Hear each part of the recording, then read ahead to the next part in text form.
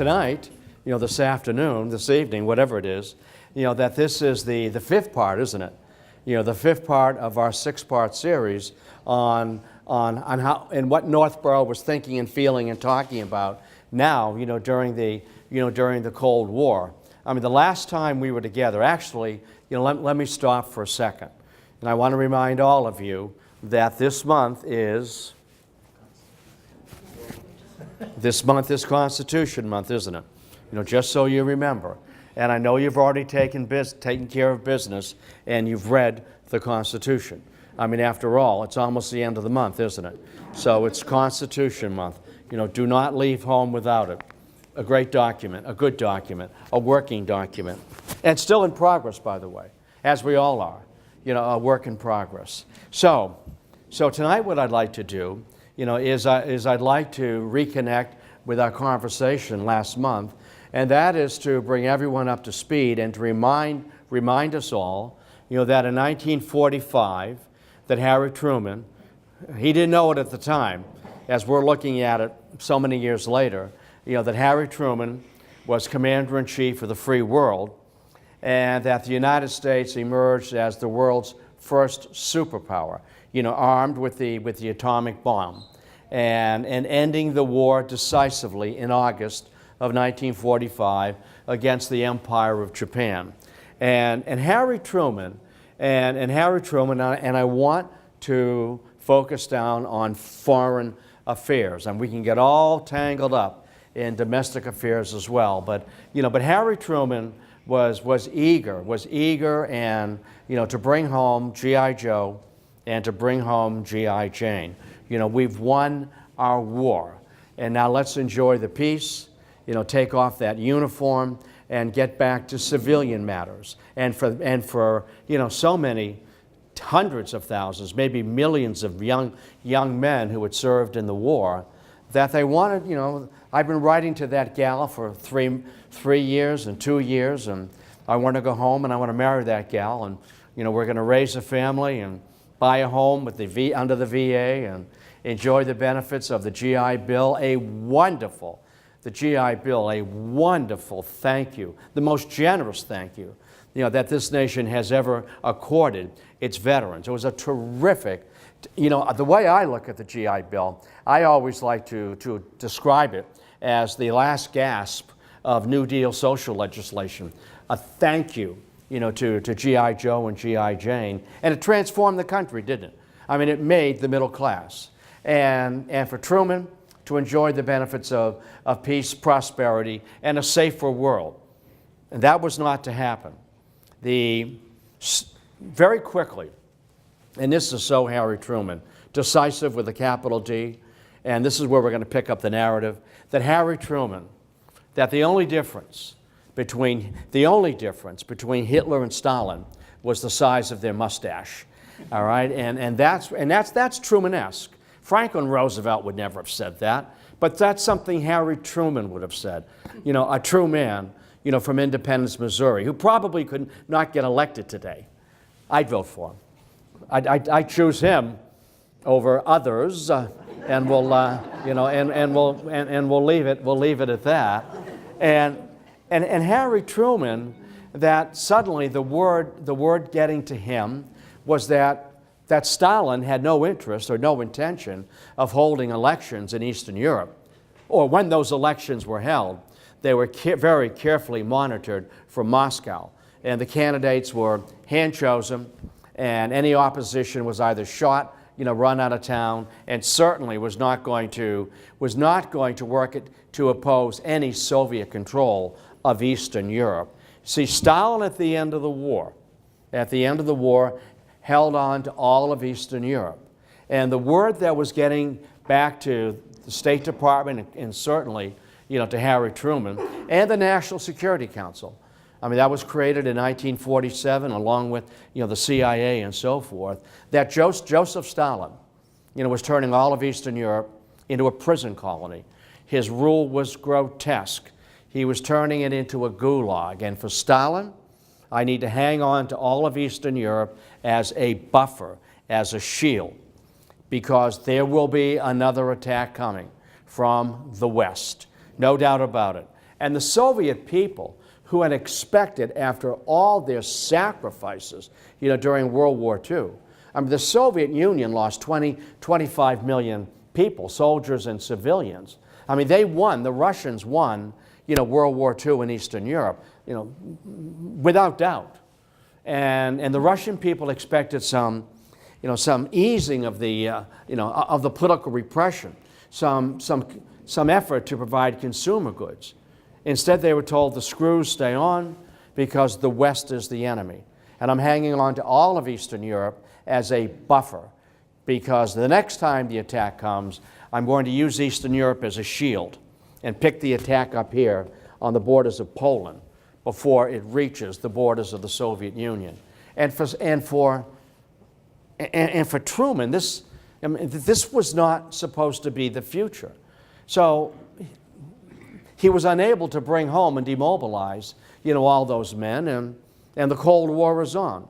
The hot war was suddenly the Cold War of 1946, and we can date and we can place the announcement of the Cold War and the man who announced it. And Winston Churchill, in March of 1946, being invited by Harry Truman to Westminster College in Missouri, to accept an honorary degree, it's Winston Churchill who announces the Cold War. It's Winston Churchill who gives us that wonderful metaphor for the Cold War, and that is the Iron Curtain. That an Iron Curtain has descended from across all of Eastern Europe, from Stettin on the Baltic to Trieste on the Adriatic, and behind that Iron Curtain lie all the ancient capitals of Eastern Europe. And he captured it. And for Stalin, furious that this is what I mean, that this is a declaration of war on the part of the West. And his grip tightened and tightened again. And for Stalin, another war is coming. And when he was asked to assess the contributions of his allies during World War II, the British bought time. That is to say, the Battle of Britain. Churchill refused to surrender the empire. That we will never surrender. We'll fight them on the beaches, we'll fight them in the hedgerows, and we will fight them. The empire will never surrender. We'll relocate to Canada if we need to. The Americans provided the money, Lend-Lease. They provided the hardware. Soviet people, they provided the blood. And I'm hanging on to all of Eastern Europe. And these will be nations held in the grip of totalitarianism. And, beginning with the Eisenhower administration, that Congress passed a resolution every year. It was called Captive Nations Resolution. Boy, that irked the Russians, that we are going to roll back the Soviet influence someday. So what is the West to do?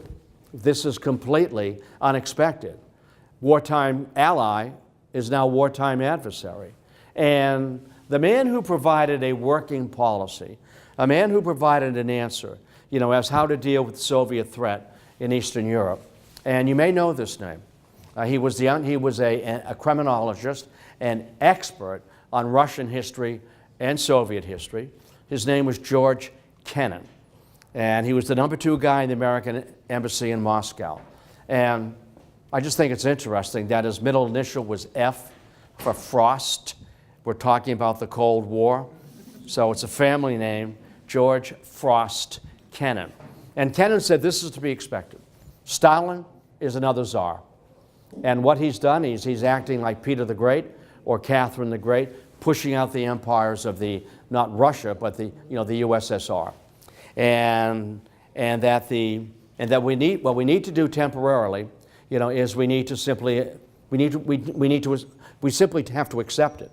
And the assumptions of the Cold War, the commandments of the Cold War, were simple and direct and frightening. One was this, that the Soviets are bent on world domination. Now, all of these assumptions, were proved to be weak, and not weak, but to some extent exaggerated. But the Soviet Union is bent on world domination. All right? Secondly, that all roads lead to and from Moscow. that Stalin has complete control. Now, there were many different blends of communism over time. And the third commandment is that there is no timetable, like a religion, like Christianity, like Islam. There's no timetable, that eventually we will conquer. And wherever there's a weakness, like water, we'll get into that crevice. We'll get there. We'll keep moving and moving. But Kennan, do not despair. I have a long-term solution. And of course, for the Truman administration, they seized on this. See, Kennan stepped back and he gave it a deep intellectual look. He said, this is typical Russian. This is expansionism. This is the czars. And what we need to do, and here's the word of the Cold War for us, right through to the collapse of the Soviet Union. And the word is containment. Containment with a C, containment. That if we contain communism, if we do not allow it to expand any farther, that over time, two things will happen. Over time, either the Soviet system will explode because they cannot keep the lid on the needs and aspirations of the Soviet people, particularly with airwaves. You cannot block every radio program or every, if you will, television program. You cannot keep every newspaper or every magazine out of the Eastern Bloc countries. And over time, the Russian people, the people of Eastern Europe, will want these benefits of what Kennan called the economic liberalism. And by that he meant the free exchange of goods and trade and so forth. And either the Soviet Union will explode and they'll bring it on themselves if they do not reform, or if they're smart in the Kremlin, that they will begin to reform internally to be able to maintain control. Either way, we win. But we need to contain them, to frustrate the Soviet people, and the whole system will collapse, and the USSR will disappear, or they will reform from within. And if I can just show my hand here a little bit for the next time we meet, Mikhail Gorbachev was such a reformer, accidentally. And when Mikhail Gorbachev began to talk about some reforms to be able to superimpose capitalism, over a communistic system, that's when the trouble started. That's when the system began to rock, and you could feel the earth move under his feet. I've set something in motion that I can't recall, that I can't overturn. I've started something. And sometimes that happens in our lives, right? What just happened here, I can't stop it. It has a life of its own. But we'll get to that the next time we meet. Kennan. Communism is monolithic. All roads lead to and from Moscow. The goal is world domination, and that we need to contain the Soviet Union, and how to do it.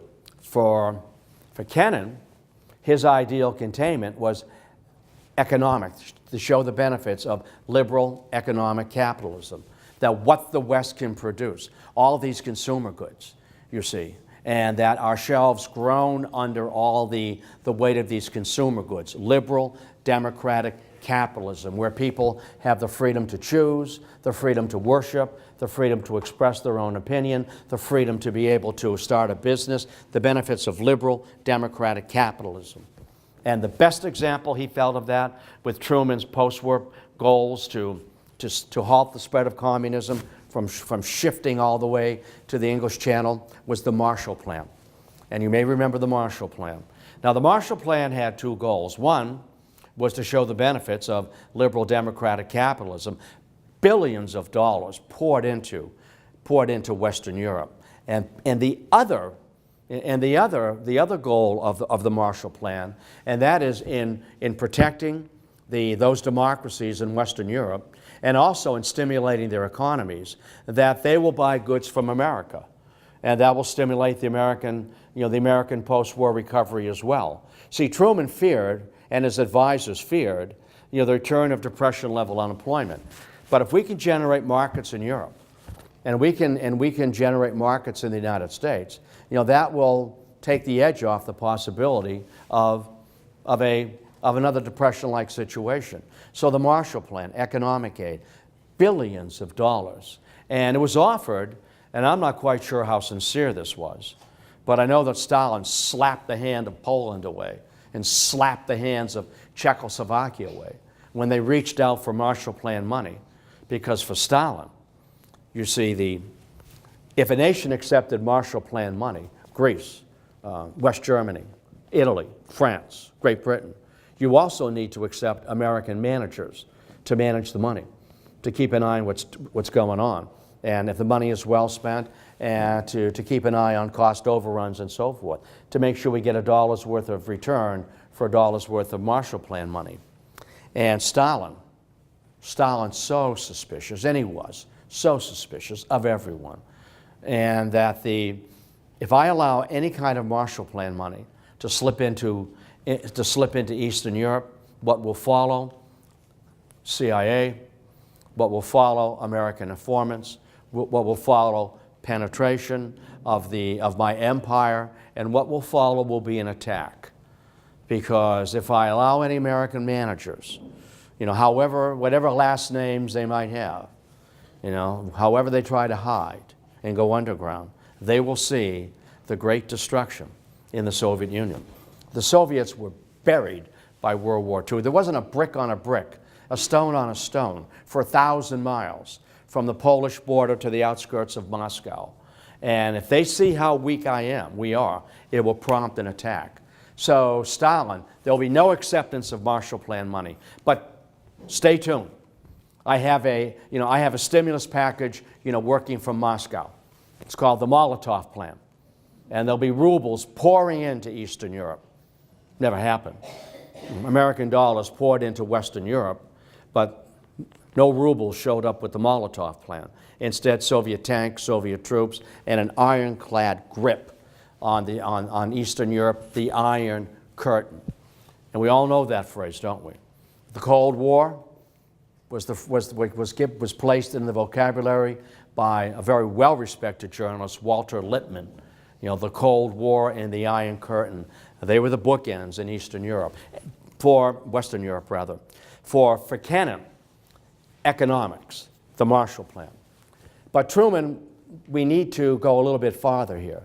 If the Europeans, if the West Europeans are going to invest all that time, all that effort, all that toil into recovering economically, they need to know that if there is a move by Stalin, and Stalin never ever planned on moving to the English Channel, but we made an assumption that he was, and that if the Western Europe needs a military protection to be able to balance the economic protection. And that became, still on the books today, this afternoon, NATO, that the North Atlantic Treaty Organization, and that we will guarantee the security of these nations. NATO was in the news, isn't it?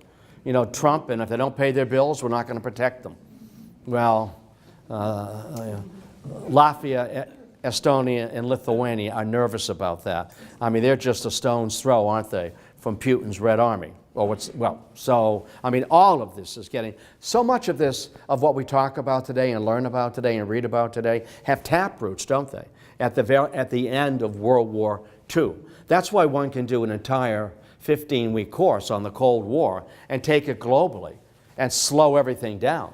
I mean, we have to, rev it up a little bit. So, NATO. For Kennan, that's not what I'm talking about, that we cannot militarize the Cold War. It's the benefits of liberal democratic capitalism. That's what we want to showcase. That's what we want to feature. That's what we want the people of Eastern Europe to reach for. They want the people of the Soviet Union to reach for. And Radio Free Europe, getting that message out. Radio Free Europe. And you cannot keep out the magazines and the newspapers and people traveling. Look at what they have over there, and we have nothing but tears to weep with, eyes to weep with, and tears to shed. For Kennan, this is not the way to go. That there's no way we can afford to be able to police the world, that we cannot turn America into a Sparta, and to be able to place, this always trips me up, soldiers shoulder to shoulder around the globe. We can't do that. We don't have the resources for that. It's ideas.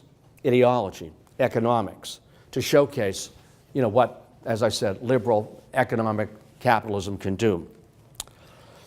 And then Truman. As the Russians, you see, all of this in retrospect made so much sense. That with the Russians, we're blocked here. We're blocked in East Germany. And then suddenly beginning to leak into Greece and Turkey and menacing the Mideast, the oil of the Mideast. This is when the oil problem became front center. That if the Russians control the oil of the Middle East, the United States was still an oil exporting country for a few more years. But if the Russians are able to get a handle on Iraqi oil, Iranian oil, Saudi Arabian oil, whatever, they'll strangle the economic recovery of the West.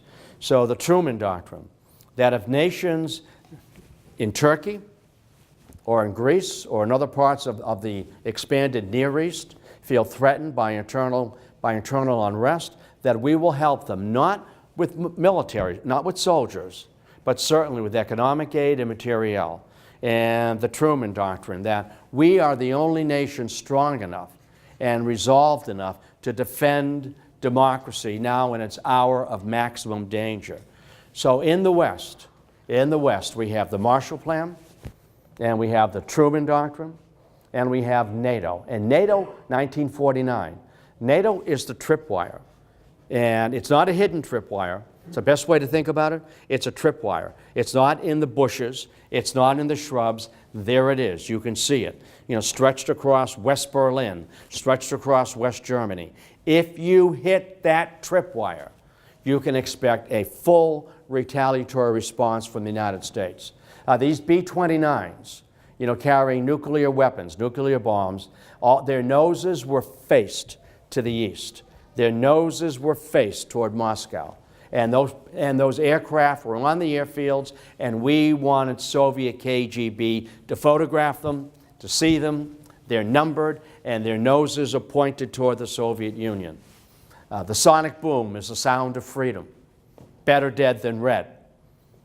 And we're coming for you.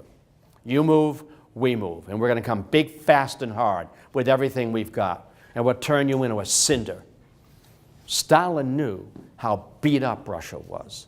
He did not want war. He's looking for security and to strangle the freedoms of those people in Eastern Europe and wherever his reach could extend to, and to maintain an iron grip on the Soviet Union. The man was a monster. The man was a sociopath. The man killed more men and women than Adolf Hitler ever did, like as a race, right? But remember, he had been in power since 1929, and he does not die until 1953. And he dies with his boots on. He dies in bed. And the passing of Stalin, was the passing of a legacy, of a whole period of Russian history. Some Russians still remember the Stalin regime fondly. And how sometimes you hang on to the good memories and you delete out the bad memories. That's why women have more than one child. I'm convinced of that, okay? You get by the pain and you think of the beauty of it. That's how I view that. But I can say that because I'm a guy. You want me to sign that too? No, put it over there. I'm going to sign it.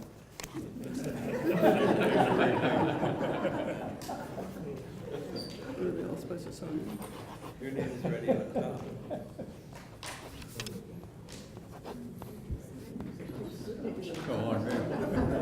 Okay, who's got it next? Next, over that side. Okay, there you go. I wanted to sign it too. I'm part of it, all right? I'm part of our class, all right? It's we the people, isn't it? It's always we the dude. I just signed it, the dude, all right? We're all part of we the people. So, Truman Doctrine, NATO, and for Truman, the proof, that I'm not running out of town, and that is the great success. The first Western victory in the Cold War, and that is the Berlin airlift. When Stalin, shut down West Berlin. West Berlin surrounded, by East Germany, and to shut down West Berlin, a beacon of liberal democratic capitalism, and shut it down, and the West will do nothing. And when you see the West will do nothing, you had better bring your policies in line with those of Moscow. And all of Eastern Europe better do that as well. You know, the people of East Berlin knew they were in trouble. When Soviet troops, the Soviet troops just absolutely devastated what was left of Germany. But in order to maintain control in Eastern Europe, Stalin put all of Eastern Europe on Moscow time. So when I pick up the phone and it's 2 p.m. here, I want it to be 2 p.m. in Poland, in Lithuania. Now, if you have that kind of power, you've got power. I mean, if you could put the whole country on your time, you got juice, right? You got juice. Because if you don't do it, you're going to get juiced. As Stalin would always say, a revolution without firing squads is ridiculous. I mean, you need to shoot people. You need to make examples of people. You need to have people disappear. I mean, that's Stalin. And if you notice they disappeared, you disappeared.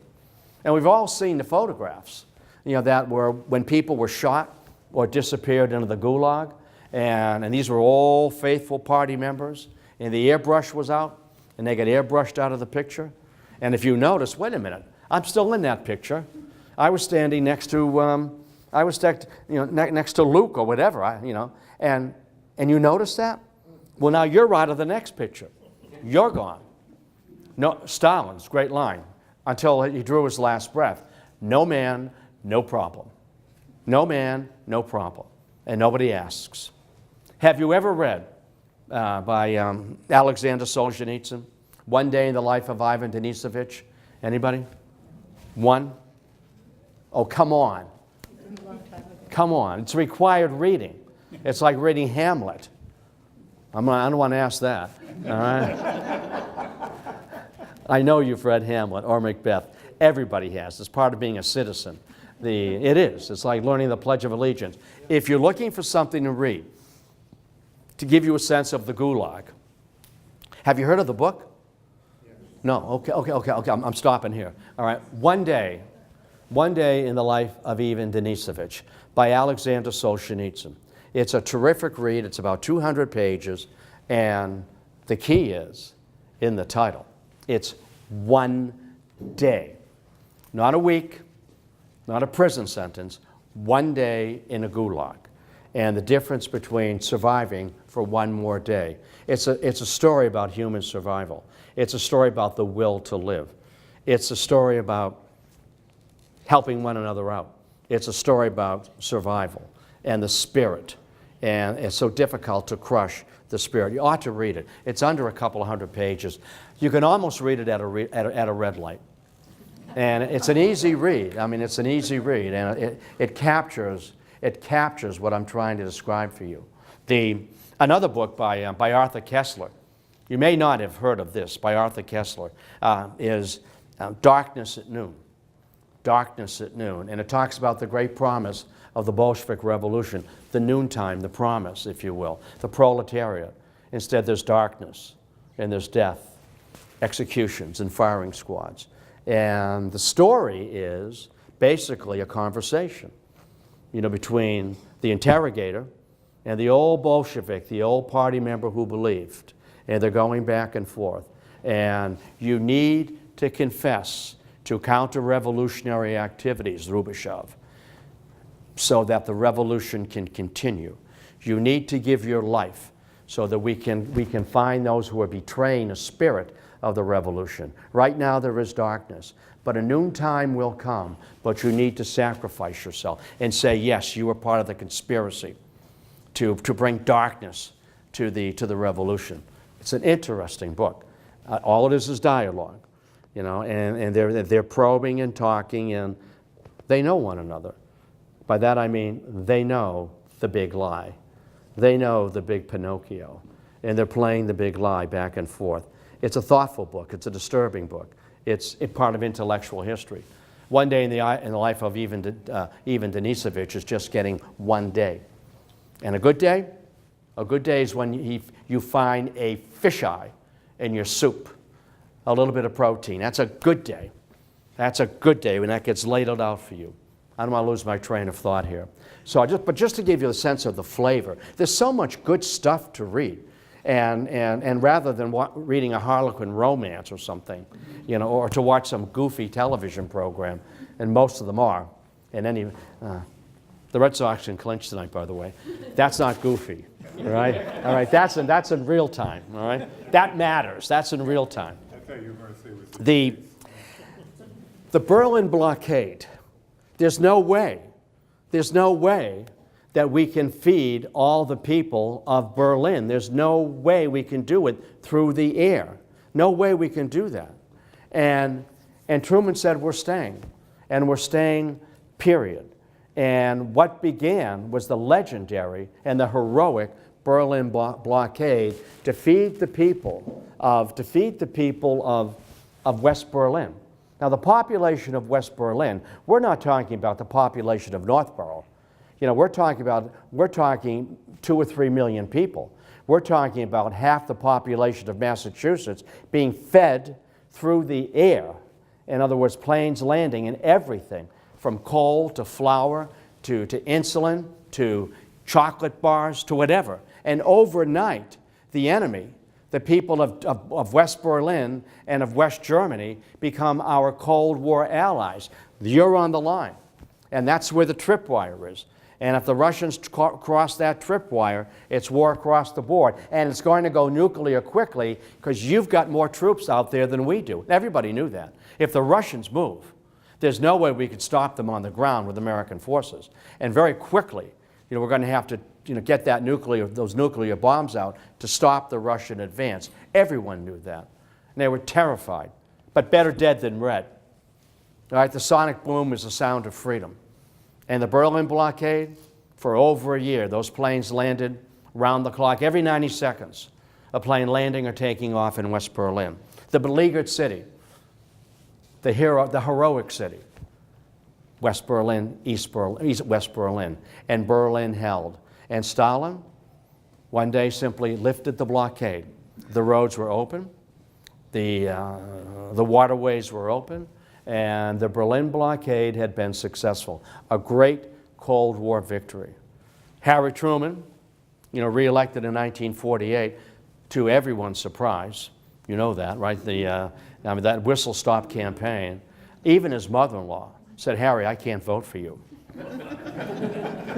Which is, I didn't like you anyway, Mrs. Wallace. That's what I would have said. I never liked you anyway. Kind of stuck there, right?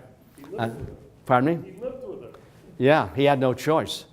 He had no choice. The love of his life, right? Bess Truman. I'm living with my mother. Harry, you can live here or you can live elsewhere. And Harry Truman was a beleaguered guy. You know, Mrs. Truman always had a puss on her face, didn't she? She always looked like her feet hurt. I mean, she never smiled, was never happy, and what a dreary woman to live with, I would think. It was all Harry and 30% her. Now, I understand relationships are never 50-50. I mean, life doesn't work out that way. But it was 70-30, 80-20 was Harry. And she always complained about, I want to go home to Independence, Missouri, Harry. It's too hot. It's too hot in Washington, D.C. Well, when you get home, you know, run the latitude line between Washington, D.C. and Independence, Missouri. It's hot in Missouri, too. Harry Truman wins election in his own right, and then the Cold War squirted out, you know, into the Far East, didn't it? We blocked him in the West.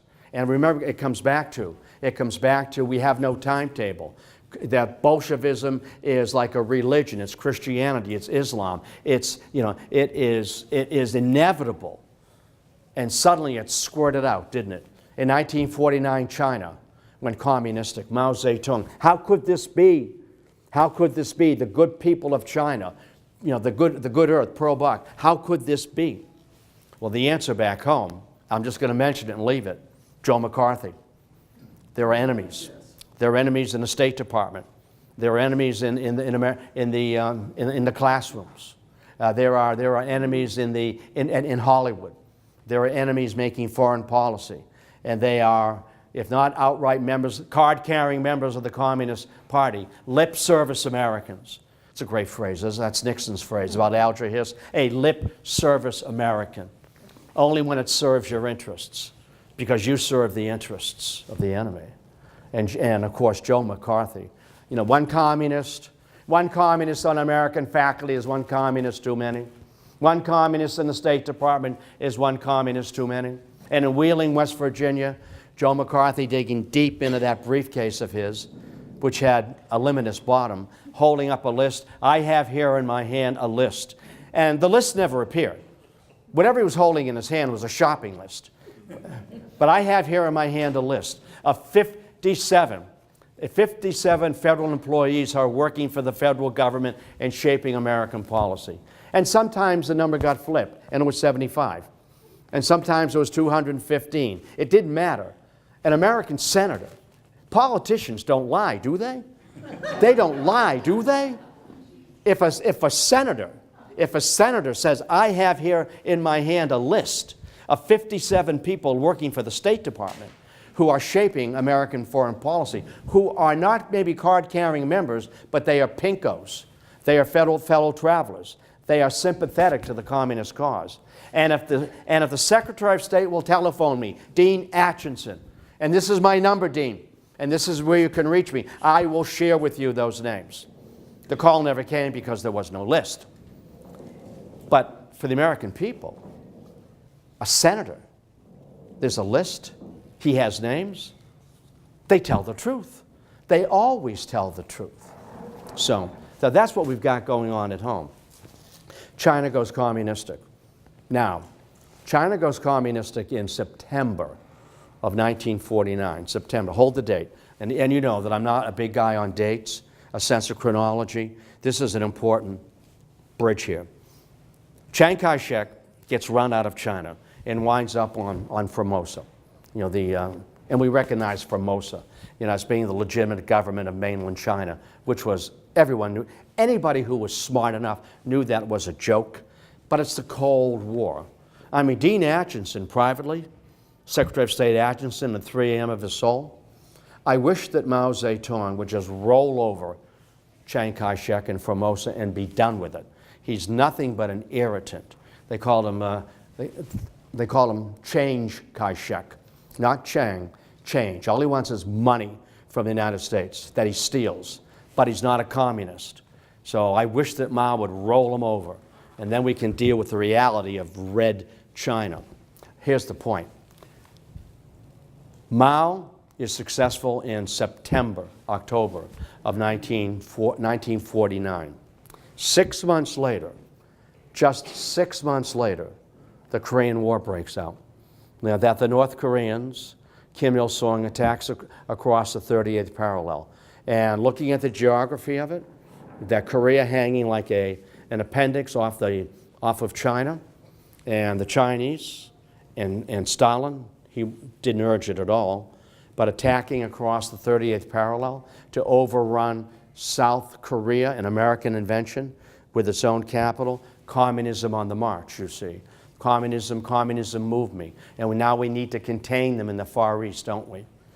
And riding to the rescue, at least for a while, General Douglas MacArthur, with the crushed hat, the leather coat, the sunglasses, the corncob pipe. I will defend South Korea as if it were California. And the Korean War was on. And Harry Truman, boy, Harry Truman's blood is up, his nostrils are flared. Don't mess with me. And I'm going after these guys. And when MacArthur had that infamous, famous, maybe even reckless landing, you know, behind the North Korean lines at Incheon, and that's a whole story, folks. And be able to push the North Koreans back over the 38th parallel, and then waiting for the word from Truman. See, the initial goal of the war was to contain the North Koreans and just push them back across the 38th parallel. But MacArthur had made a slaughter of them. And now they're racing across the 38th parallel, heading to the north, and MacArthur stopping the tanks and the jeeps and the half-tracks, if you will, and the troop trucks, Everything, keep the engines running. Can you picture this with me? Keep the engines running, everything in neutral, and then looking to the sideline to Harry Truman. Send me over the 38th parallel. We're going to unify the Korean Peninsula the American way. And then we're on to Red China. You know, it's like the quarterback looking in with 15 or 20 seconds on the clock.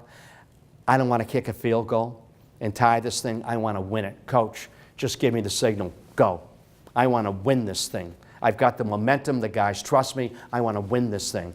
In war, there is no substitute for victory.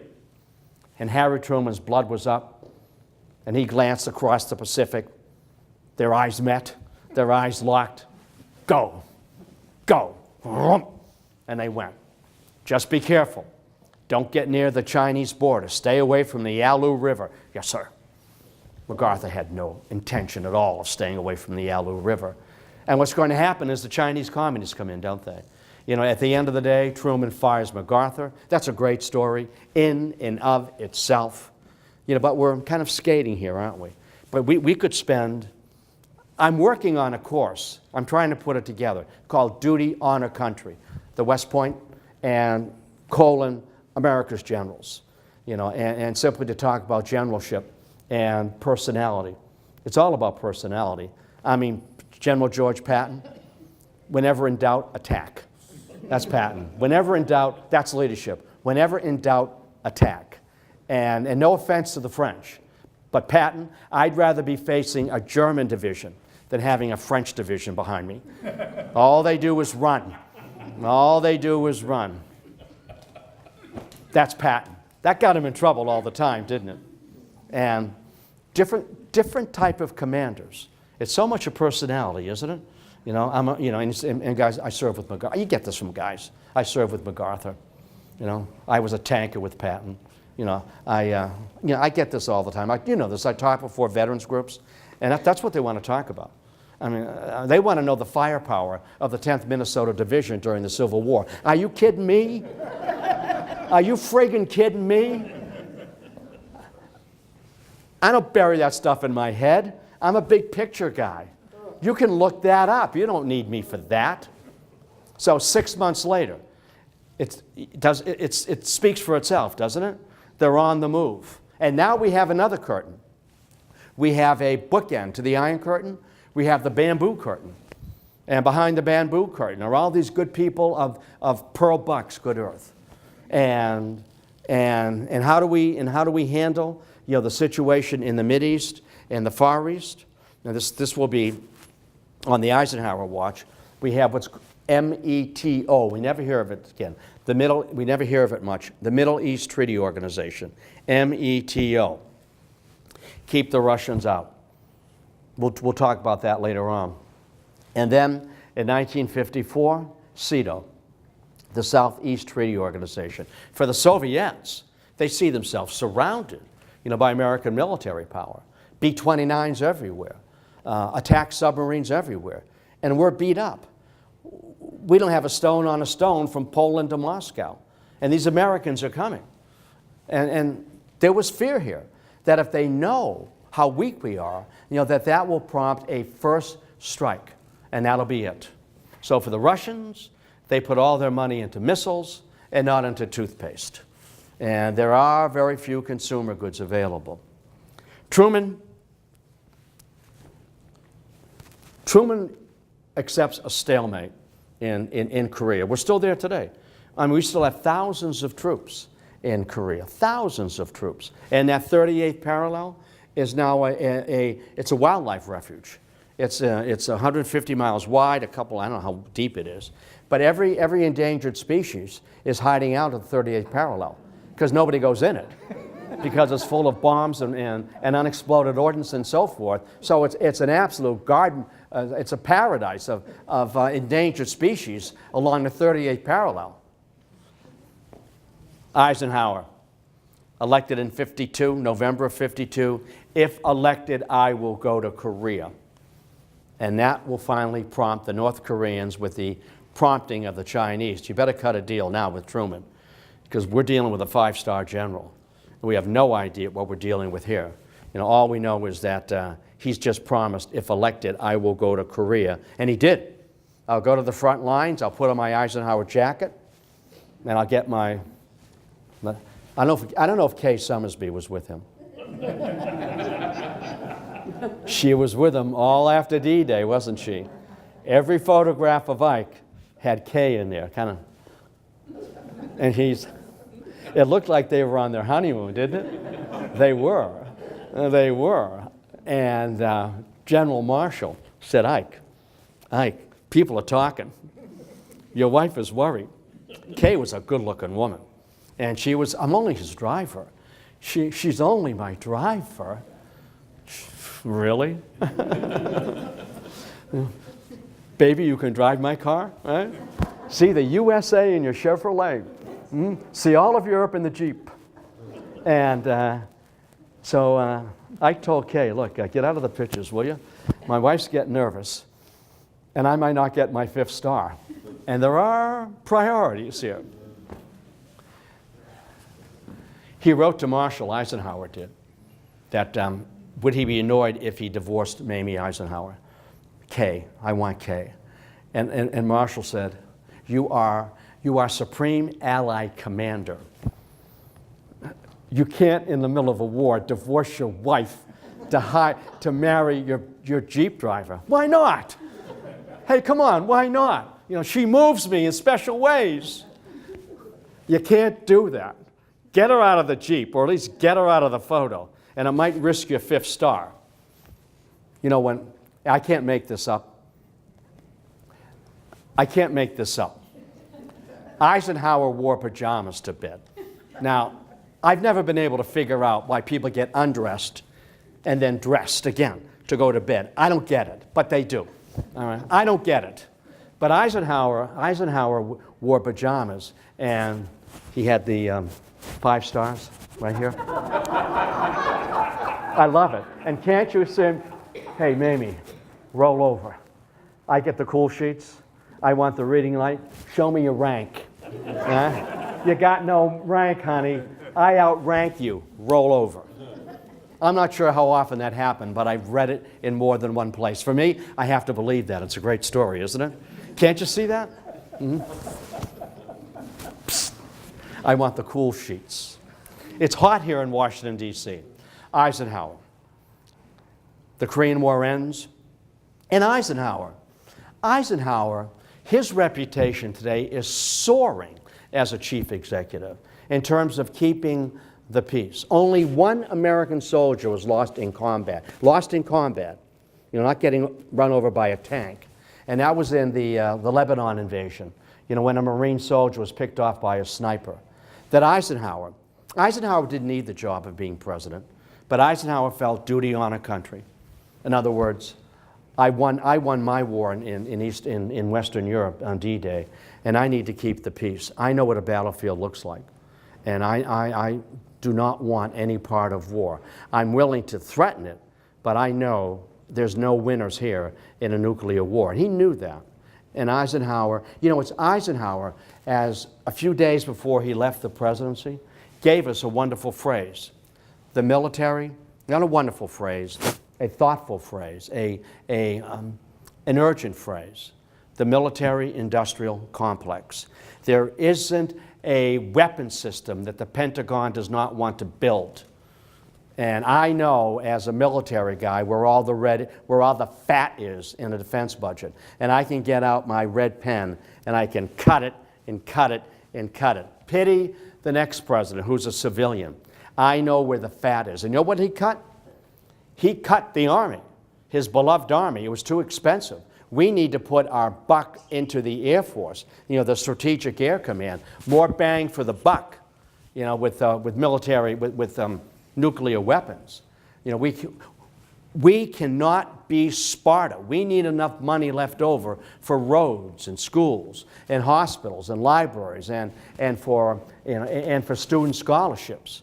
Beware of the military-industrial complex. And here's a 5-star general that's saying, watch out for the military. I know these people. And, when in 1955, when Stalin died in 53, he died in March of 1953, and it took a little bit of time for things to sort out before Khrushchev popped up, as the next chairman. And Eisenhower wanted to meet with Khrushchev because Eisenhower understood correctly, in my view, that in a nuclear period that we need to talk, that the last time an American president sat down, with a Soviet counterpart is when Truman was with Stalin at Potsdam and talking about the situation in Germany and warning the Japanese, if you don't surrender, I'm coming after you with nuclear weapons. He did not use the word atomic weapons. He used the phrase prompt and utter destruction from the war, which the Japanese military ignored, of course. And we haven't talked to the Russians in 10 years. And Eisenhower, I want to talk to Khrushchev. We need to talk to each other. We need to eyeball each other. John Foster Dulles, as Secretary of State, said, Mr. President, absolutely not. Absolutely not. Atheistic communists, that's what he called them. And the noun was as important as the adjective. Atheistic communism. Absolutely not. I want to meet with him. And they met, and they took each other's measure. And they also, what Eisenhower tried to do to back away, to step away from the threat of an accidental nuclear war, a nuclear Pearl Harbor, that when he met with Khrushchev, and he proposed to Khrushchev, he didn't tell Dulles this, when he met with Khrushchev, he proposed that, Chairman Khrushchev, we need to trust one another. The threat of an accidental nuclear war is possible and will be catastrophic. We cannot afford a nuclear Pearl Harbor. We can't. That's why the CIA was created, to pull all the intelligence onto one desk and not to have it scattered, as it was prior to Pearl Harbor. And he proposed to Khrushchev, spontaneously, without any preparation. The Russians do not like surprises. They like everything worked out.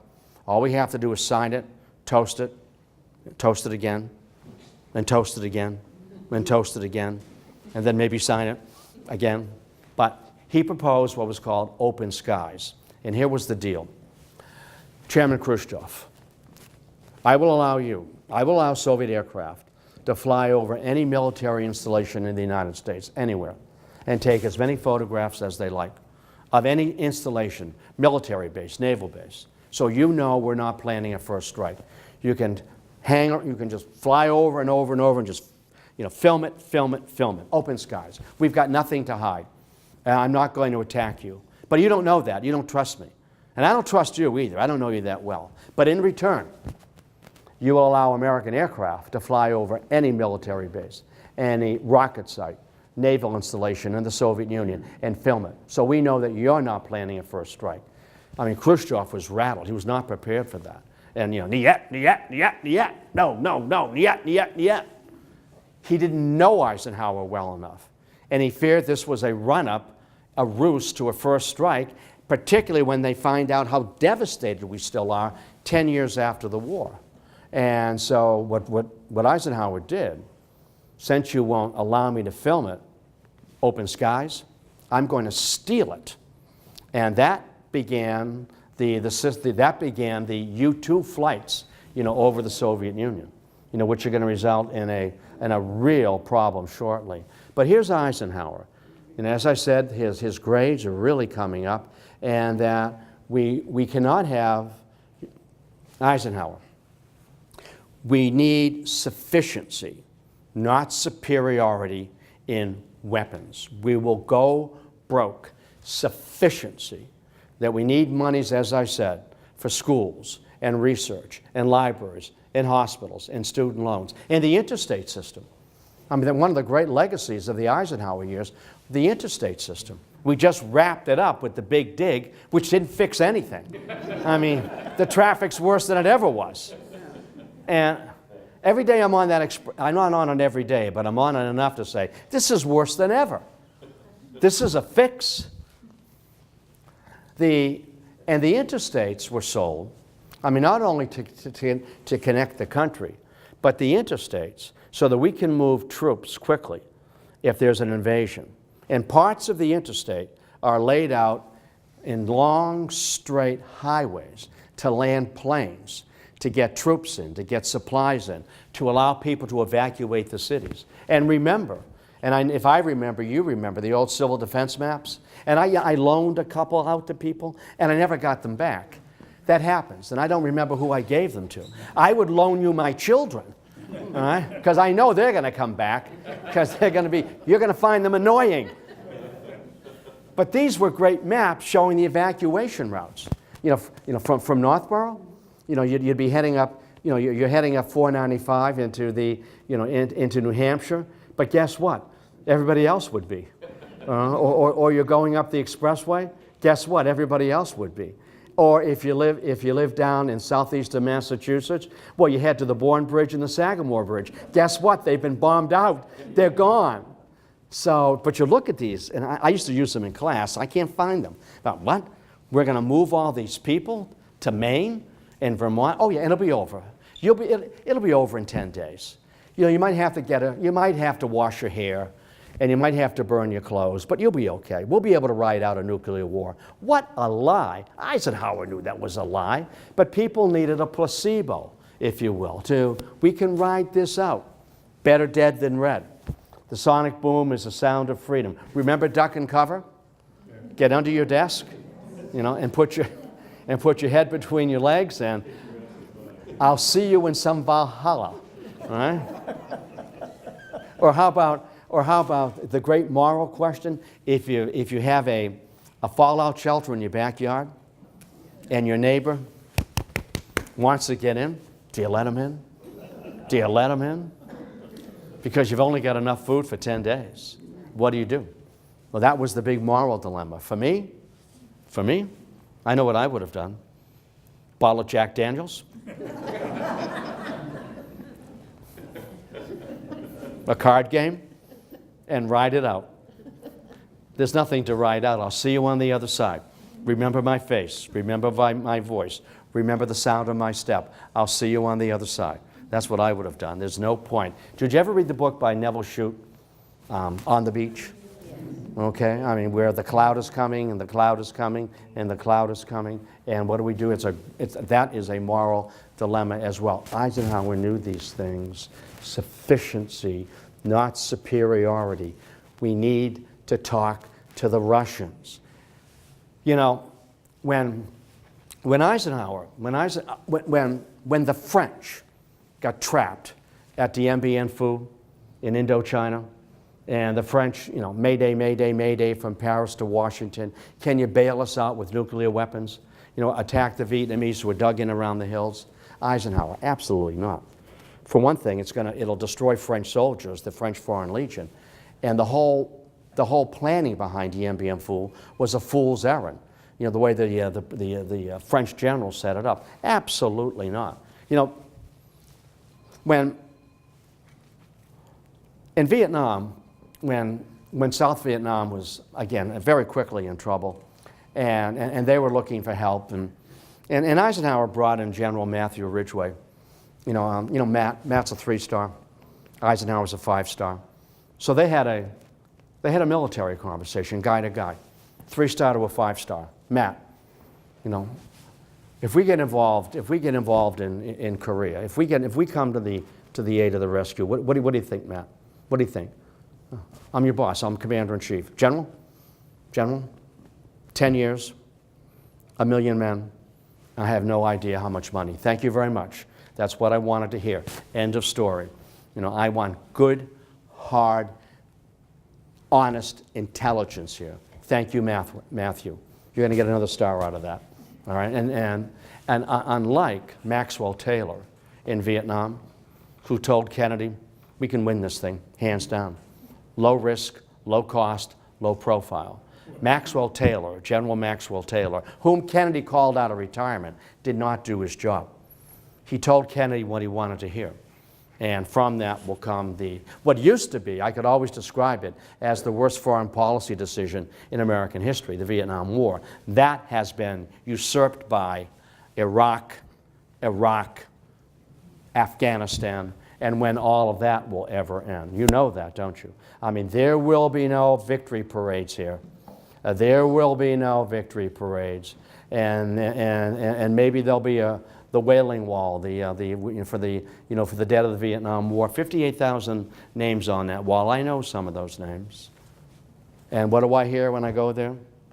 I hear, why me? What for? What was the purpose? And I'm so fearful we're going to get that at the end of the day.